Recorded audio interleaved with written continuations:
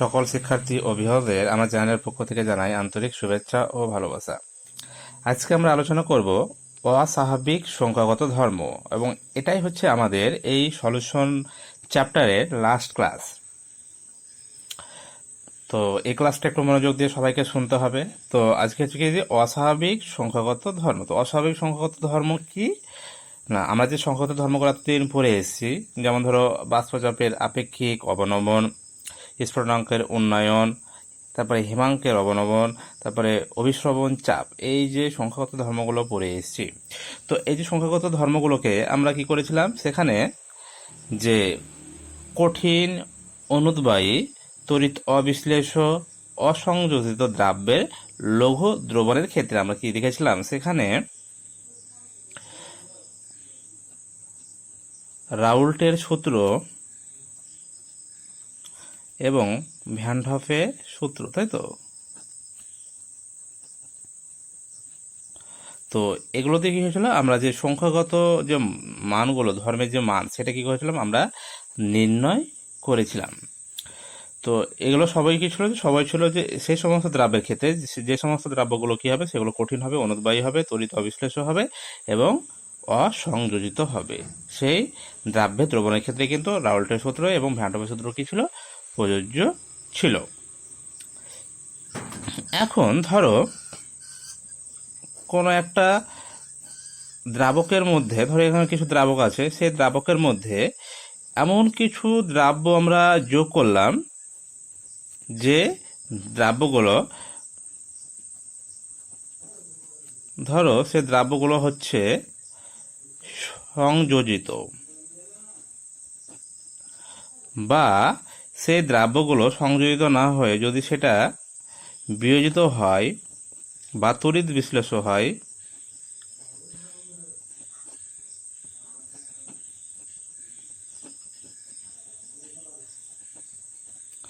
তাহলে সেক্ষেত্রে এই যে সংখ্যাগত ধর্ম, সেই সংখ্যাগত ধর্মের যে মানটা, সেটা কিন্তু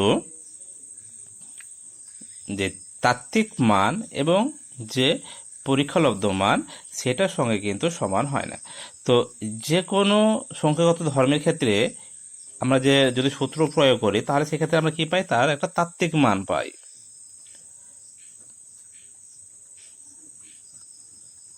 আবার আমরা ইনস্ট্রুমেন্টের সাহায্যে বা যন্ত্রের সাহায্যে কি করি, এই সংখ্যাগত ধর্মগুলোর মান সেগুলো নির্ণয় করা হয়, এবং যেটাকে বলা হয় কি, পরীক্ষা লব্ধ মান।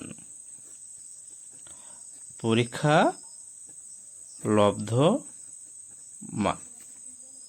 তো এই তাত্ত্বিক মান এবং পরীক্ষালব্ধ মান, এই তাত্ত্বিক মান এবং পরীক্ষালব্ধ মান, অনেক সময় কি হয়, এই তাত্ত্বিক মানের সঙ্গে যে পরীক্ষালব্ধ মান, সেটা কিন্তু মানটা মেলে না। অর্থাৎ পরীক্ষালব্ধ মানটা তাত্ত্বিক মানের চেয়ে কখনো বেশি হয়, কখনো কম হয়, কখনো আবার কি হয়, সমান হয়। আচ্ছা, তো এইটা তাত্ত্বিক মানের সঙ্গে এই যে পরীক্ষালব্ধ মান কখন বেশি হবে, কখন কম হবে, বা কখন সমান হয়, সেটা একটু আমরা দেখব। তো ধরো এই যে তাত্ত্বিক মানটা, তাত্ত্বিক মানের যে পরীক্ষালব্ধ মান, কখনো সেটা কি হতে পারে, বেশি হয়ে যেতে পারে, আবার পরীক্ষালব্ধ মানটা তাত্ত্বিক মানের চেয়ে কি কম হয়ে যেতে পারে, আবার কি হতে পারে, সমানও হয়ে যেতে পারে। তাত্ত্বিক মানের সঙ্গে পরীক্ষালব্ধ মান কখন সমান হবে, যখন আমরা যে দ্রাব্যটি নেব, সেই দ্রাব্যটি যদি কি নিই, দ্রাব্যটি যদি আমরা তড়িৎ অবিশ্লেষ্য, অসংযোজিত, কঠিন, অনুদ্বায়ী দ্রাব্য নিই, সেক্ষেত্রে কি হবে, দেখা গেছে যে তাত্ত্বিক মানের সঙ্গে যে পরীক্ষালব্ধ মান, সেটা কিন্তু সমান হচ্ছে। কিন্তু দ্রাব্যটি যদি কি হচ্ছে, দ্রাব্যটি যদি ধরো সংযোজিত নিচ্ছি, বা দ্রাব্যটি যদি আমরা তড়িৎ বিশ্লেষণ নিচ্ছি, তো সেক্ষেত্রে কি হয়েছে, তাত্ত্বিক মানের সঙ্গে কিন্তু পরীক্ষালব্ধ মান মিলছে না। তখন কি হয়েছে, যে পরীক্ষালব্ধ যে মান, সেটা তাত্ত্বিক মানের চেয়ে কি হচ্ছে, কখনো বেশি হয়েছে, কখনো কম হয়েছে। তাহলে সংখ্যাগত ধর্মের এই যে মান, সেটা কি হচ্ছে, সে মানটা তাত্ত্বিক মানের সঙ্গে মিলছে না। তো এই তাত্ত্বিক মানের সঙ্গে এই যে কখনো বেশি কখনো কম হয়ে যাওয়ার এই যে ঘটনা, এটাই হচ্ছে কি অস্বাভাবিক সংখ্যাগত ধর্ম। যেমন ধরো আমরা যদি দ্রাব্য হিসাবে যদি ধরো NaCl বা KCl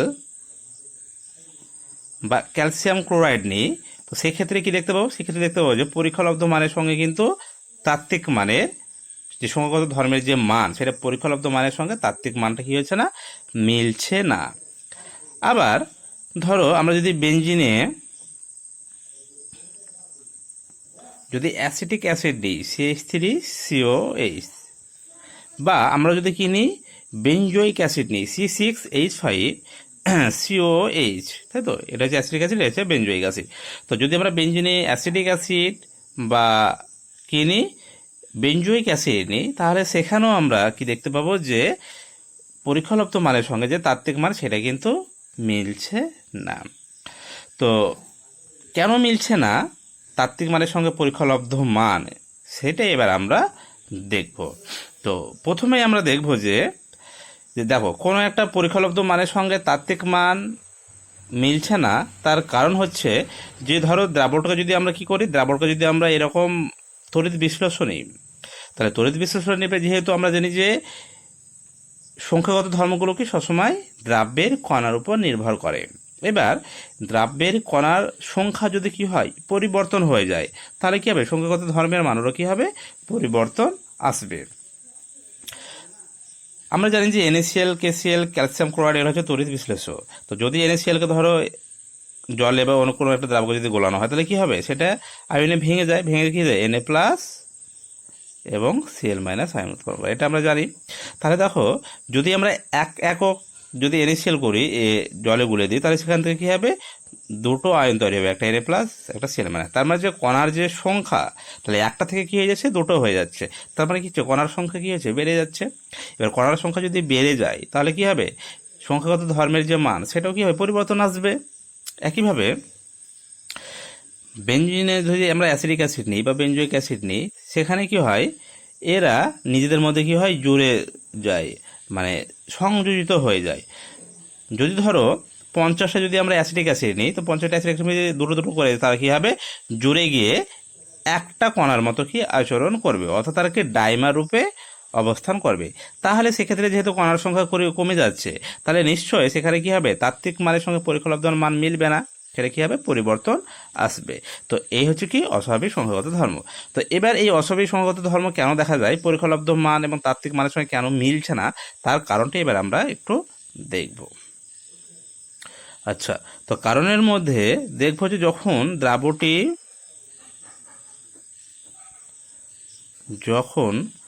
সংযোজিত, তাহলে দ্রাবকটি যদি আমরা সংযোজিত নিই, অর্থাৎ এমন দ্রাব্য নিচ্ছি যেটা হচ্ছে সংযোজিত হবে, তাহলে সেক্ষেত্রে পরীক্ষালব্ধ মানটা তাত্ত্বিক মানের চেয়ে বেশি হবে না কম হবে, বা কেন বেশি কম হবে সেটা এবার আমরা দেখব।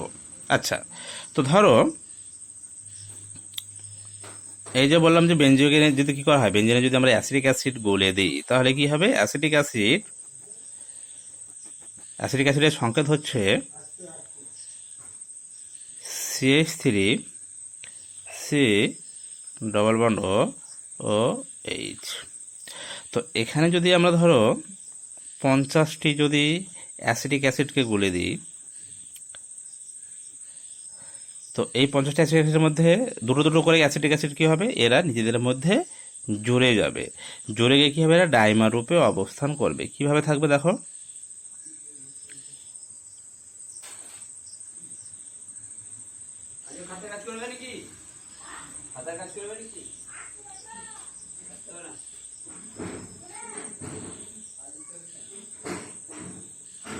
তাহলে এদের মধ্যে কি হবে, হাইড্রোজেন বন্ধন, তোমরা নাম শুনেছো, হাইড্রোজেন বন্ধন হবে, এইভাবে কি হবে, তারা ডাইমার রূপে অবস্থান করবে। তাহলে দেখো দুটো অণু মিলে কি তৈরি করলো, এরা একটা অনুরূপে আচরণ করছে বা একটা কণা রূপে আচরণ করছে।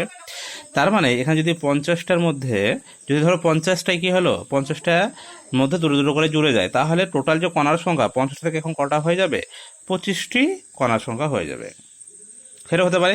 আবার ধরো 50টার মধ্যে অ্যাসিটিক অ্যাসিডের মধ্যে ধরো 40টি অ্যাসিটিক অ্যাসিড কণা কি হচ্ছে, এরা নিজেদের মধ্যে কি হচ্ছে, সংযোজিত হচ্ছে দুটো দুটো করে।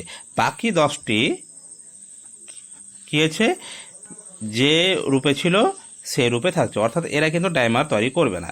তাহলে 40টি অ্যাসিটিক অ্যাসিড অণু যদি নিজেদের মধ্যে দুটো দুটো করে যদি জুড়ে যায়, তাহলে এখান থেকে আমরা মোট কণার সংখ্যা কটি পাবো, তাহলে দুটো মিলে কি একটা কণা দিচ্ছে, তাহলে 40টি থেকে কটা পাবো, আমরা 20টি পাবো। আচ্ছা, তো আর এখানে যে 10টি বললাম সে 10টি ধরো যে রূপে ছিল সেভাবে রয়েছে, এরা নিজেদের মধ্যে জুড়ছে না। তাহলে এখন যে মোট কণার সংখ্যা সেটি কত হয়ে যাবে? 10 প্লাস 20 কত হয়ে যাবে? এখন 30টি হয়ে যাবে। তার মানে 40টি ছিল, সেখানে কমে কতটি হলো? 30টি হয়ে গেল। তাহলে এই রূপে তারা যখন কি হবে জুড়ে গিয়ে ডাইমার রূপে অবস্থান করবে, তখন কি হচ্ছে? কণার সংখ্যা অটোমেটিক কমে যাচ্ছে, এবং কণার সংখ্যা যদি কমে যায় তাহলে যে সংখ্যাগত ধর্মগুলো রয়েছে তার যে মান সেটাও কি হবে? কমে যাবে। আচ্ছা, তো এ হচ্ছে কারণ যার জন্য কি হবে? সংখ্যাগত ধর্মের মানটা কি হবে? কমে যাবে। তখন আমরা কি দেখতে পাবো যে পরীক্ষালব্ধ যে মানটা সংখ্যাগত ধর্মের, সেই মানটা কি হয়েছে তাত্ত্বিক মানের চেয়ে সেটা কি হবে? কম হবে, অর্থাৎ সেটা কি হবে? কমে যাবে। যখন আমরা দ্রাবটি কি নেব? দ্রাবটি সংযোজিত নেব, বা এমন দ্রাব্য নেব যারা কি হবে নিজেদের মধ্যে জুড়ে যাবে বা সংযোজিত হয়ে যাবে। আচ্ছা, এবার আমরা একটু দ্রাবটি দেখি। যখন দ্রাবটি আমরা তড়িৎ বিশ্লেষণ নেব।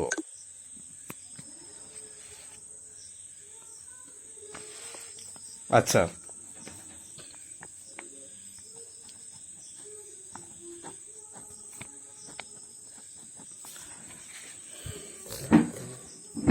দ্রাবটি যখন আমরা তড়িৎ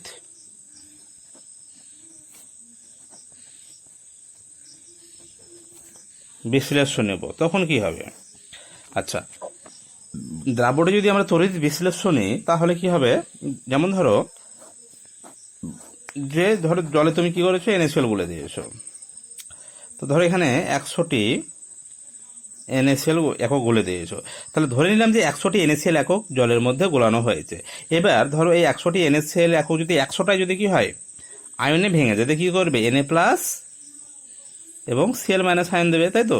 তো 100টি NaCl এককে যদি আয়নে ভেঙে যায় তাহলে মোট যে কণার সংখ্যা সেটি কত হয়ে যাবে? এখন 200টি হয়ে যাবে।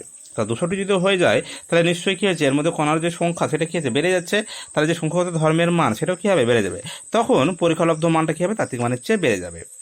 আবার ধরো এমনটা হলো যে 100টা কণার মধ্যে 100টা হয়তো বিয়োজিত হলো না, 100টার মধ্যে ধরো 90টি কি হলো? বিয়োজিত হলো। তাহলে 90টি যদি বিয়োজিত হয় তাহলে 90টি থেকে যে কণার সংখ্যা, যেহেতু একটা থেকে দুটি কণা হচ্ছে বা দুটি আয়ন তৈরি হচ্ছে, তাহলে 90টি থেকে কটি কণা পাবো আমরা? 180টি পাবো। আর ধরে নিলাম যে 10টি কণা, সেটা কি হয়েছে? 10টি NaCl একক সেটা হচ্ছে অবিয়োজিত অবস্থায় রয়েছে।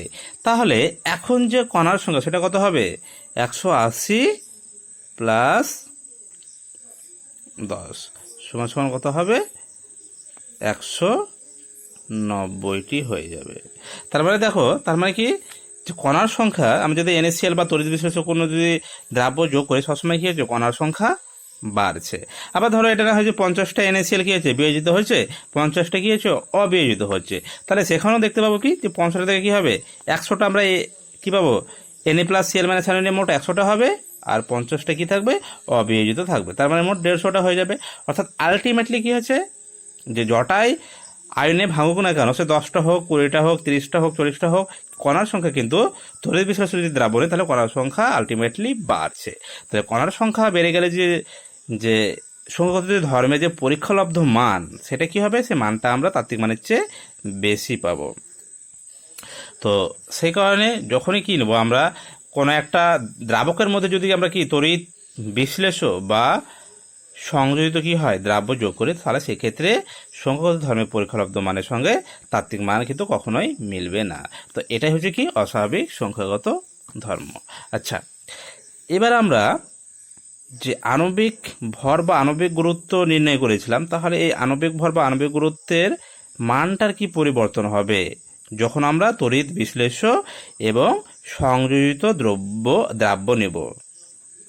তাহলে এবার আমরা কি দেখব যে আণবিক ভরের মানটা কীরকম আসবে।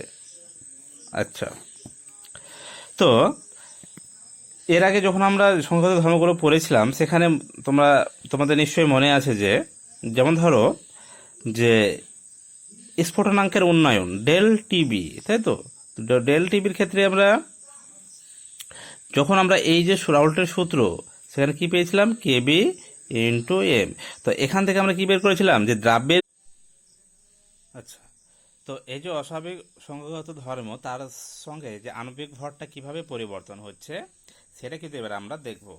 তো অস্বাভাবিক সংখ্যাগত ধর্মের সঙ্গে যে আণবিক ভরের পরিবর্তন, তো আমরা যে ধরো এই যে রাউল্টের সূত্র থেকে এই যে আমরা সমীকরণগুলো পেয়েছিলাম, সেখান থেকে কী করেছিলাম আমরা, যে স্ফুটনাঙ্কের উন্নয়নের ক্ষেত্রে বলো বা হিমাঙ্কের অবনমনের ক্ষেত্রে বলো বা অভিসরণ চাপের ক্ষেত্রে বলো, আমরা সব ক্ষেত্রে করেছিলাম দ্রাব্যের আমরা আণবিক ভর বের করেছিলাম, তাই তো।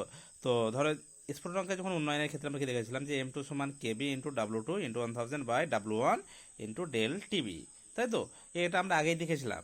তো একইভাবে হিমাঙ্কের অবনমন বা অভিস্রবণ চাপ, তো সেক্ষেত্রে প্রত্যেকের ক্ষেত্রে যখন আমরা দ্রাব্যের আণবিক ভর বের করেছিলাম, তখন এখানে দেখা যাচ্ছে যে যে যে সংখ্যাগত যে ধর্ম, তার সঙ্গে যে M2, অর্থাৎ দেখো যে দ্রাব্যের যে আণবিক ভর সেটা কিন্তু কি ব্যস্তানুপাতিক সম্পর্কে রয়েছে। অর্থাৎ আমরা এই যে সমীকরণ থেকে এখান থেকে বলতে পারি যে যে সংখ্যাগত ধর্ম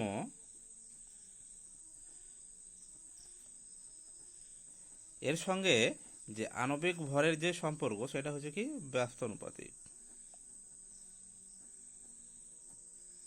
আচ্ছা, তাহলে সংখ্যাগত ধর্মের সঙ্গে যেহেতু আণবিক ভরের সম্পর্ক হচ্ছে কি ব্যস্তানুপাতিক, তার মানে বলতে পারি সংখ্যাগত ধর্ম যদি মান যদি বাড়ে তাহলে কি হবে, আণবিক ভরের মানটা কমবে। আবার উল্টো পথে যদি সংখ্যাগত ধর্মের মান যদি কমে যায় তাহলে কি হবে, আণবিক ভরের মানটা কি হবে, বেড়ে যাবে। তো এবার ধরো দ্রাব্যটি যখন আমরা ধরো সংযোজিত অবস্থায় নিয়েছি, অর্থাৎ এমন দ্রাব্য নিয়েছি যেটা হচ্ছে সংযোজিত। আবার ধরো এমন দ্রাব্য নিয়েছি সেটা হচ্ছে কি তড়িৎ বিশ্লেষ্য।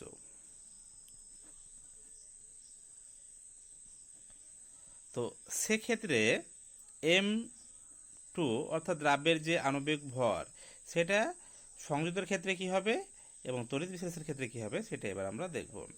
তো যখন সংযোজিত হবে, তো সংযোজিত হলে আমরা কি দেখলাম, যে সংযোজিত হলে সেখানে যে পরীক্ষালব্ধ যে সংখ্যাগত ধর্মের যে মান সেটা কি হয়েছিল, সেটা কমে গিয়েছিল, তাই না। তো এটা যদি কমে যায় তাহলে যে আণবিক ভর সেটা কি হবে, সেটা বৃদ্ধি পাবে। তাহলে সংখ্যাগত ধর্মের মান যেহেতু কমে যাচ্ছে, আণবিক ভরটা কি হবে, বৃদ্ধি পাবে। তখন আমরা কি দেখতে পাবো, যে দ্রাব্যের যে আণবিক ভরের যে এক্সপেরিমেন্টাল মান সেটা কিন্তু বেড়ে যাবে। আবার দ্রাব্য যদি আমরা তড়িৎ বিশ্লেষণ নিই, তড়িৎ বিশ্লেষণ নিলে কি হবে, কণার সংখ্যা বেড়ে যাচ্ছে, আর কণার সংখ্যা বেড়ে গেলে কি হবে, সংখ্যাগত ধর্মের মান বেড়ে যাচ্ছে, তার মানে কি আণবিক ভরের মানটা কমে যাবে। তার মানে যে দ্রাব্যের যে আণবিক ভর এক্সপেরিমেন্টালে যদি আমরা দেখি তখন কি পাবো, তখন দেখতে পাবো যে যে দ্রাব্যের যে আণবিক ভর সেটা কিন্তু হ্রাস পাচ্ছে বা সেটা কি হয়ে যাচ্ছে, কমে যাচ্ছে। তো দেখো আণবিক ভর কোথাও বেড়ে যাচ্ছে, কোথাও কমে যাচ্ছে। তো সংযোজিত অবস্থা রয়েছে, তো ধরো সংযোজিত হবে যখন ধরো দুটো কণা, এই ধরো দুটো কণা রয়েছে, তো সংযোজিত হলে কি হবে, দুটো কণা জুড়ে গিয়ে কি হবে, বড় কণায় পরিণত হবে। এবার বড় কণা যদি পরিণত হয় তাহলে তার যে ভর সেটা নিশ্চয়ই কি হবে, ভরটা বৃদ্ধি পাবে। তার মানে নিশ্চয়ই যে আণবিক ভর সেটাও কি হবে, বৃদ্ধি পাবে। ঠিক একইভাবে যদি আমরা তড়িৎ বিশ্লেষ্য দ্রাব্য নিই তাহলে সেখানে কি হচ্ছে, ধরো এরকম একটা হয়েছে তড়িৎ বিশ্লেষ্য দ্রাব্যের একটি কণা, তো সেটা কি হয়েছে, সেটা যদি ভেঙে যায় তাহলে কি হবে, ছোট ছোট কণায় পরিণত হবে। তাহলে এখন এই যে ছোট কণার যে ভর, তাহলে নিশ্চয়ই বড় কণার চেয়ে কী হবে, ছোট কণার ভর কম হবে।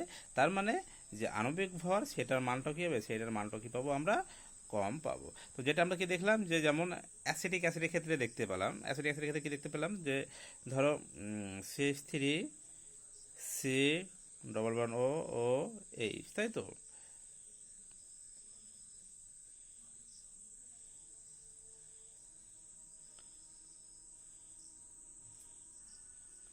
আচ্ছা, তো এক্ষেত্রে যদি আমরা দেখি তাহলে দেখো এখানে একটা অ্যাসিটিক অ্যাসিডের যে আণবিক ভর সেটা কত হবে, কার্বন দুটো দুটো কত হচ্ছে, 12 24, তাই তো।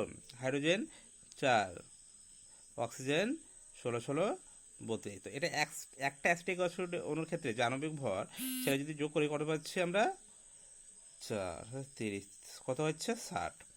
এবার যখনই দুটো জুড়ে যাচ্ছে তখন দুটো জুড়ে গেলে কি হবে, মোট যে আণবিক ভর সেটা কত হয়ে যাবে, 120। তো কিছু ডাবল হয়ে যাচ্ছে।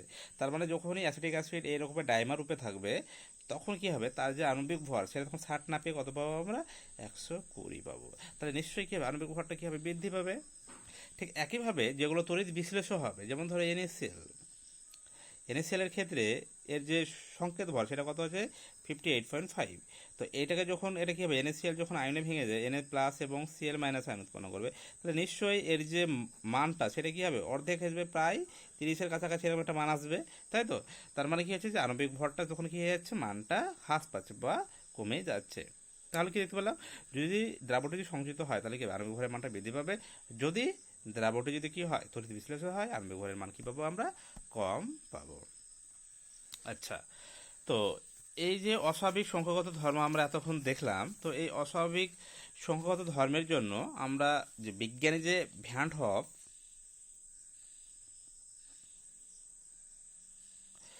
তিনি কি দিয়েছিলেন, এই অস্বাভাবিক সংখ্যাগত ধর্মের ক্ষেত্রে তিনি একটি গুণক দিয়েছিলেন যাকে বলা হচ্ছে কি ভ্যান হফ গুণক। তো ভ্যান হফ গুণকটা কি সেটা এবার আমরা জানবো। তো ভ্যান হফের ক্ষেত্রে যখন আমরা সূত্র পড়ি সেখানে আমরা কি দেখেছিলাম যে অভিস্রবণ যে চাপ সেটা হচ্ছে পাইকাল টু সিআরটি, এটা আমরা দেখেছিলাম, তাই তো। তো এই যে যদি আমরা দ্রাবটি যদি ধরো তড়িৎ বিশ্লেষণী বা সংযোজনী, তখন কি হবে এই যে তাত্ত্বিক মান, এই তাত্ত্বিক মানের সঙ্গে কিন্তু তখন পরীক্ষালব্ধ যে অভিস্রবণ চাপের মান সেটা কিন্তু মিলছে না। তো ধরো যখন দ্রাবটি সংযোজিত বা দ্রাবটি হচ্ছে কি তড়িৎ বিশ্লেষণ, তখন যে পায়ের যে এক্সপেরিমেন্টাল মান বা যে পরীক্ষাগত মান সেটা ধরে নিলাম হচ্ছে পাই ড্যাশ। তো এই যে পরীক্ষালব্ধ মান কত পাই ড্যাশ, তো পাই ড্যাশ নিশ্চয়ই এখন পায়ের সঙ্গে সমান হবে না। তো সেক্ষেত্রে তাহলে এই যে সমীকরণ, এই সমীকরণের ক্ষেত্রে তিনি কি করলেন বিজ্ঞানী ভ্যান হফ, তো বিভিন্ন গবেষণার মাধ্যমে তিনি কি করলেন সেখানে একটু সংশোধন করলেন তার এই সমীকরণের ক্ষেত্রে। তো যখন দ্রাবটি আমরা কিনবো তড়িৎ বিশ্লেষণ নেব বা সংযোজিত নেব, তো সেক্ষেত্রে ভ্যান হফের যে সমীকরণটি ছিল সেই সমীকরণটাকে তিনি একটু পরিবর্তন করে সেখানে তিনি দেন আই সি আর টি। এই যে আই, এই আইটাকে বলা হয়ে থাকে ভ্যান হফ ফ্যাক্টর।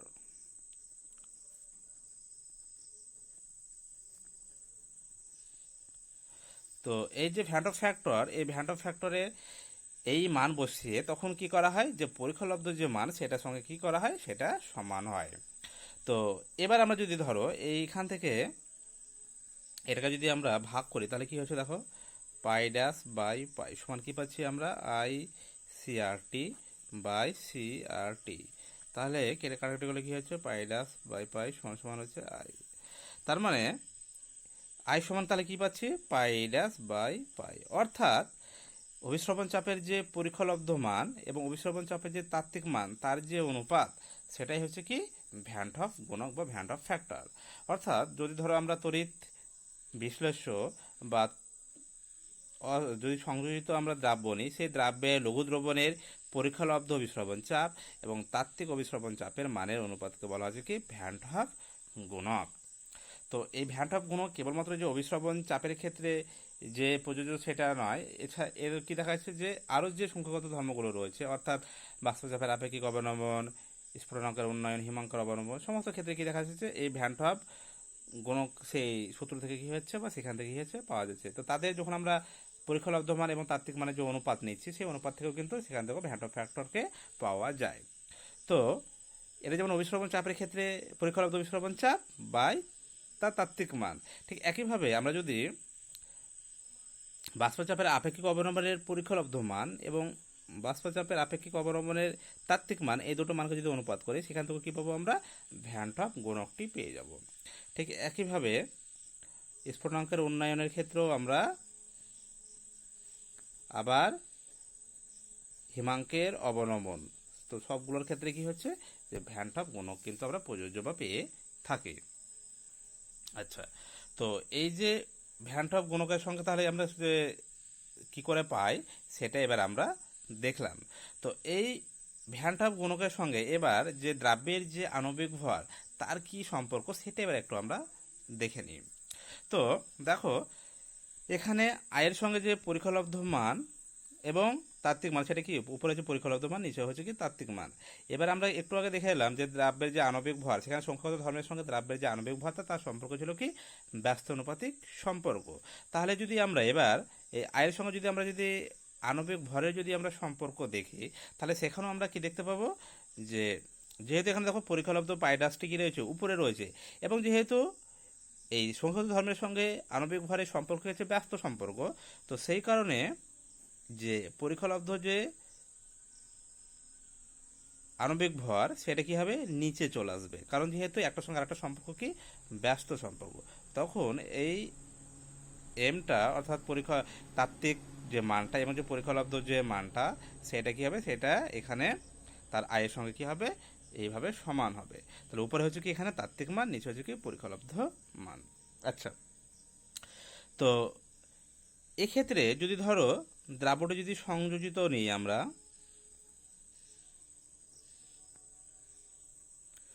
যদি দ্রাবকে সংযোজিত নিই তাহলে কি হবে, দ্রাবকে সংযোজিত হলে যে এম ড্যাশ অর্থাৎ যে পরিখলব্ধ যে মান আণবিক ভর সেটা নিশ্চয়ই কি হয়েছে, বেড়ে যাচ্ছে। তার মানে কি ছোট ছোট কণাগুলো যখন জুড়ে বড় বড় হয়ে যাচ্ছে তখন আণবিক ভর নিশ্চয়ই বেশি থাকবে। তখন সেক্ষেত্রে কি পাবো আমরা, M dash greater than M, এটা পাবো। তখন যেহেতু এম ড্যাশের মান বেড়ে যাচ্ছে তখন আই এর মানটা কি হবে, আই এর মানটা অর্থাৎ ভ্যান ডার গুণকের মানটা কি হবে, কমে যাবে। তখন আমরা কি দেখতে পাবো, আই লেস দেন কি হবে, অন হবে। ঠিক একইভাবে যখন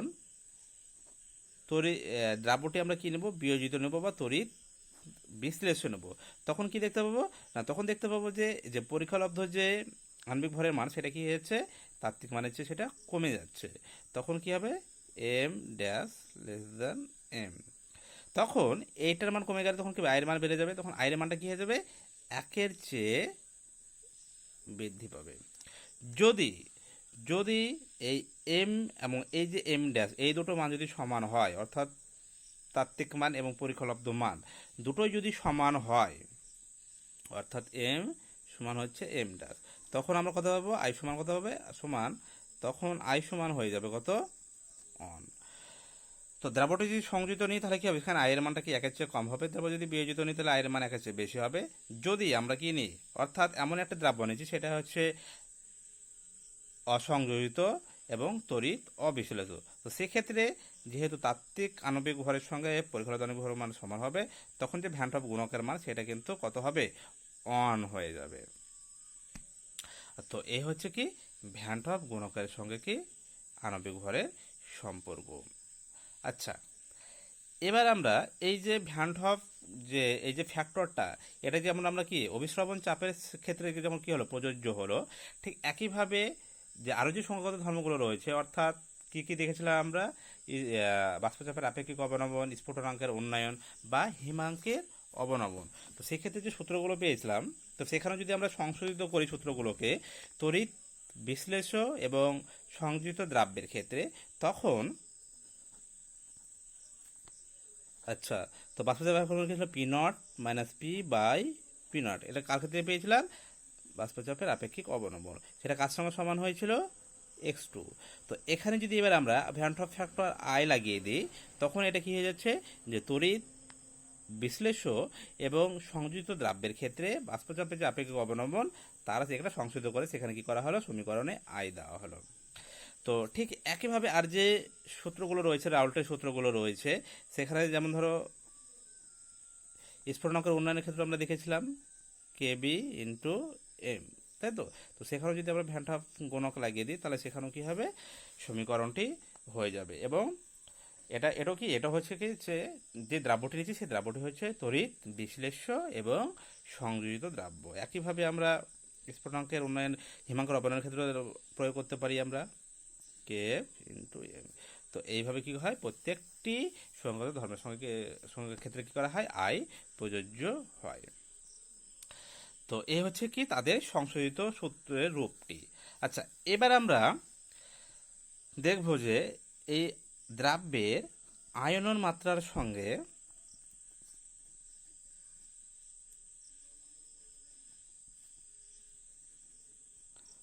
আলফা এর সঙ্গে আয়ের কি সম্পর্ক। তো প্রথমে আগে জানতে হবে যে আয়নন মাত্রা কি।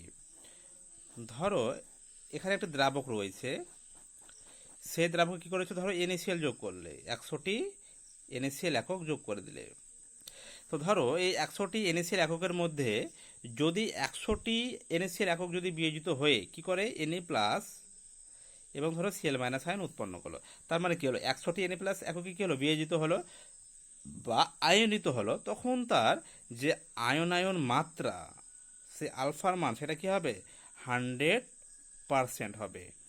কত হবে 100%। এবার যদি ধরো এই 100টি NaCl এর মধ্যে ধরো 80টি NaCl একক কী হলো বিয়োজিত হলো, 20টি কী হয়ে থাকলো অবিয়োজিত অবস্থায় পড়ে থাকলো। তাহলে তখন যে আলফার মান সেটা কত হবে 80%, বা সেটা কত হয়ে যাবে 0.8 হয়ে যাবে। যদি এটা হয় ধরো যে 100টার মধ্যে ধরো 50টা NaCl একক কী হয়েছে বিয়োজিত হয়েছে, 50টা অবিয়োজিত হয়ে রয়েছে, তখন আলফার যে মান সেটা কি হবে 50% হবে, বা সেটা কত হবে 0.5 হয়ে যাবে। তো এই হচ্ছে কি আয়নায়ন মাত্রা। এবার আমরা দেখব যে এই আয়নায়ন মাত্রার সঙ্গে আই বা ভ্যান টপ গুণকের কি সম্পর্ক। তো ভ্যান টপ গুণকের সঙ্গে আয়নায়ন মাত্রার যে সম্পর্ক সেটা হচ্ছে I-1/N-1। তো এই সূত্রটি তোমাদের একটু মনে রাখতে হবে যে আয়নায়ন মাত্রা সমান কি হচ্ছে, আয়নায়ন মাত্রা সমান হচ্ছে I-1/N-1। আচ্ছা, তো এই এনটা কি, এনটা এবার আমাদের জানতে হবে। আচ্ছা, এখানে ধরো যে NaCl এর একটি NaCl একক বিয়োজিত হয়ে কটি আয়ন উৎপন্ন করছে, 2টি আয়ন। সেখানে তাহলে এক্ষেত্রে যে এন এর মান সেটা কত হয়ে যাবে 2 হয়ে যাবে। একইভাবে ধরো ক্যালসিয়াম ক্লোরাইড, এটা যদি আয়নে বিয়োজিত হয় এর একটি একক বিয়োজিত হয়ে কত হবে ক্যালসিয়াম 2+ এবং 2Cl-, মানে মোট যে আয়নের সংখ্যা সেটা কত হয়ে যাবে 3টি হয়ে যাবে। তখন এন এর মান কত হয়ে যাবে 3 হয়ে যাবে। অর্থাৎ একটি একক থেকে বা ইউনিট থেকে কতগুলো আয়ন উৎপন্ন হচ্ছে সেখান থেকে কিন্তু আমরা কি করতে পারি যে এন এর যে মান সেটা কিন্তু কি করতে পারি আমরা নির্ণয় করে থাকি। তো এন এর মান বসে আমরা কি করতে পারি, সেখান থেকে আমরা বিয়োজন মাত্রা বা বিয়োজন মাত্রা জানা থাকলে সেখান থেকে আমরা ভ্যান টপ ফ্যাক্টর এই মানগুলো কি করতে পারি আমরা নির্ণয় করতে পারি। আচ্ছা, তো এই গেল কি আয়নের মাত্রার সঙ্গে ভ্যান টপ গুণকের সম্পর্ক। এবার আমরা দেখব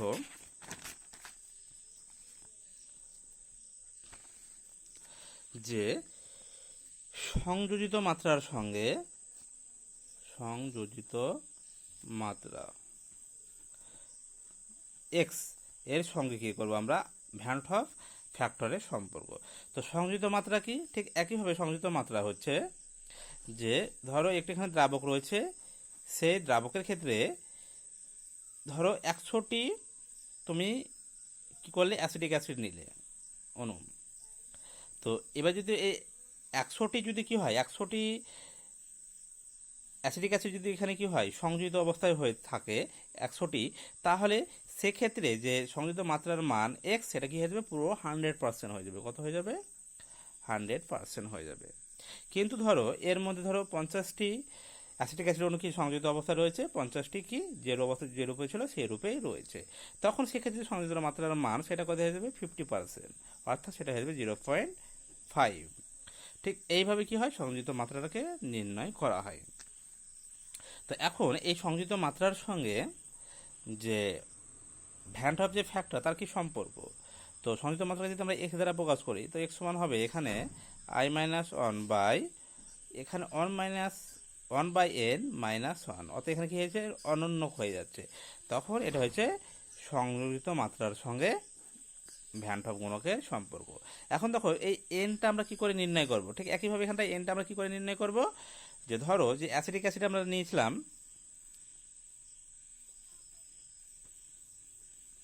সেখানে কি দেখেছিলাম, সেখানে দেখেছিলাম যে 2টি অণু মিলে কি করেছিল তারা ডাইমার রূপে ছিল।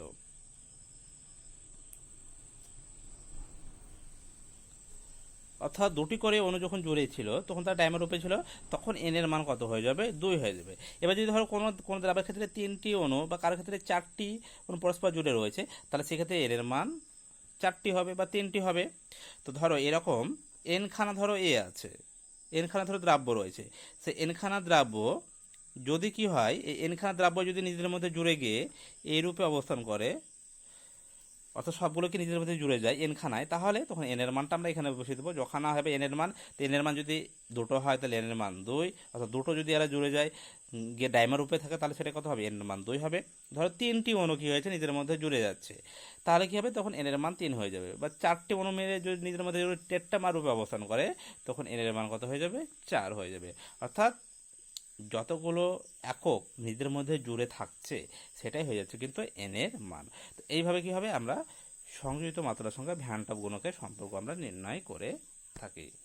আচ্ছা, তো এ হচ্ছে আমাদের আজকের বিষয়। তো আজকের যে সলিউশন যে চ্যাপ্টার, তার যে থিওরি যে পার্টটি, সেটা কি পুরোটাই আজকে সমাপ্ত হয়ে গেল। তো এই পুরো ভিডিওগুলো তোমরা নিশ্চয়ই সব ভালো করে দেখেছো। তো আজকের ভিডিওটা মনোযোগ দিয়ে দেখবে বিষয়টা খুবই ইজি মনে হবে। তো আজকে এ পর্যন্তই, ধন্যবাদ।